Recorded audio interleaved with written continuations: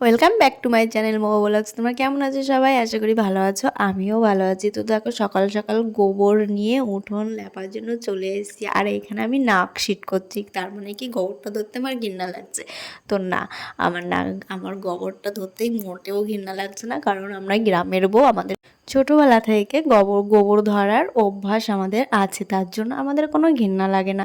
তো এটা তো বাঙালির নিয়ম যে উঠোনে গোবর দেওয়া। তো সকালবেলা গোবরের ছিটা আর হচ্ছে মাঝে মাঝে উঠোনে গোবর দেওয়া, এটা আমাদের বাঙালির মধ্যে হয়েই থাকে। আর এই দেখো আমি উঠোনটা লেপে নিচ্ছি, আর গোবরটা কিন্তু মা এনে দিয়েছে, যেহেতু আমি অন্যের বাড়িতে গোবর আনতে যাই না, মাই যাই। আর এখানে মা এনে দিয়েছে, তারপরে আমি লেপেছি। আর তোমরা আগের দিন দেখেছো যে আমি তোমাদের ভিডিওতে বলেছি যে আমাদের উঠোনে প্রচুর পরিমাণে ধুলো হয়ে গেছে, তার জন্য ঘরও ভীষণ পরিমাণে নোংরা হচ্ছে। আর মা এনে দিয়েছিল গোবর, তার জন্যই আমি লেপে নিয়েছি।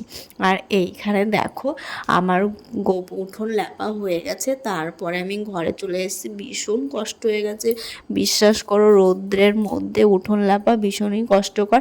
শুধু যদি ছেলেটা থাকতো তাহলে একটু ভিডিওটা ভালো করে বানিয়ে দিতে পারতো।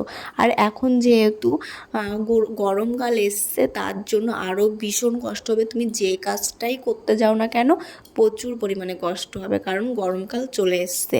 আর এই গরমে ভাই ছোট থেকে বড় সবার শরীরে অস্বস্তি বোধ হয়, যেহেতু ঠান্ডাটা চলে যাচ্ছে, গরমটা আসছে, এই জন্যই প্রচুর কষ্ট হবে, এখন প্রচুর পরিমাণে কষ্ট হবে। আর এইখানে দেখো গাইজ, আমি উঠোন লেপতে গিয়ে আমার কিন্তু হাতের নখের 12টা বেজে গেছে। আমি যে নখ প্রচুর পরিমাণে যত্ন করি, সেই নখটাই আমার নষ্ট হয়ে গেছে। আমি এত কাজ করি, যে কাজটাই করি না কেন আমি খুব সাবধানে কাজ করি, যাতে আমার হাতের নখটা না ভাঙে। আর আমার হাতের নখটা ভেঙে গেছে, আর আমি ভীষণ কষ্ট পেয়েছি যে হাতের নখটাই আমার লাস্টে ভেঙে গেল। আর তার জন্য আমার মনটা ভীষণ খারাপ হয়ে গেল, ভীষণ খারাপ হয়ে গেছে। কারণ আমার হাতে যদি নখ না থাকে আমার ভালো লাগে না দেখতে, যে হাতে একটু নখ থাকবে তাহলেই দেখতে সুন্দর লাগবে হাতটা। আমি বেশি বড় করি না, কিন্তু ছোটই করি, তবুও ভালো লাগে। আর নখটা লাস্টে আমি কেটেই ফেলছি, কি করব, ওইভাবে তো আর রাখা যায় না। মাংসটা পুরো মাংসটাই চামড়া নখের সঙ্গে উঠে গেছে, তার জন্য কাটতেই আমার বাধ্য হচ্ছি কাটার জন্য। আর এইখানে আমি কেটে নিচ্ছি আস্তে আস্তে, আর মনটাও খারাপ লাগছে, হাতটাও বিচ্ছিরি দেখা যাচ্ছে। কি করব, চলো আস্তে আস্তে সব কিছুই করতে হবে, আবার তো হবে বড়, তারপরে দেখা যাবে। তো এইখানে দেখো আমি যাচ্ছি স্নান করতে, কারণ উঠোন লেপার পরে গায়েটায় গোবর লেগে গেছিলো। স্নান করে টুরে রান্না এইখানে মা করেছে আজকে কচু ভাজা, পনিরের তরকারি, আর হচ্ছে উচ্ছে আলু ভাজা। তারপরে খাওয়া দাওয়া করে দুপুরবেলা ঘুমিয়েছি। আর এইখানে ছেলে এখনও ঘুম থেকে ওঠেনি, আমি উঠে গেছি। আর এখানে আমি শাড়ি পরেছি, শাড়ি পরে আমাকে কেমন লাগে গাইজ তোমরা কিন্তু কমেন্টে জানাবে। শাড়ি পরলে ভালো লাগে না নাইটিতে ভালো লাগে?